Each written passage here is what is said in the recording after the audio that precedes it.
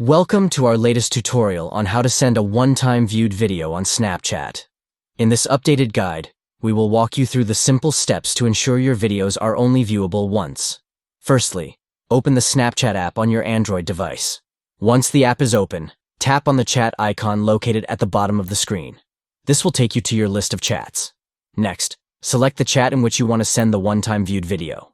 Once you are in the desired chat, you can proceed to take a snap by tapping the capture button. After you have taken the snap, you will notice a timer icon at the bottom of the screen.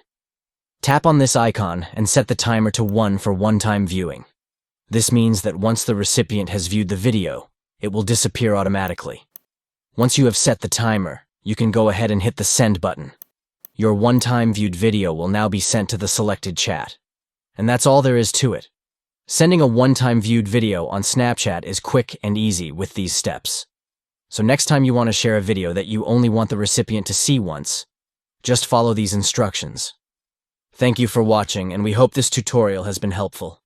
Stay tuned for more tips and tricks on using Snapchat.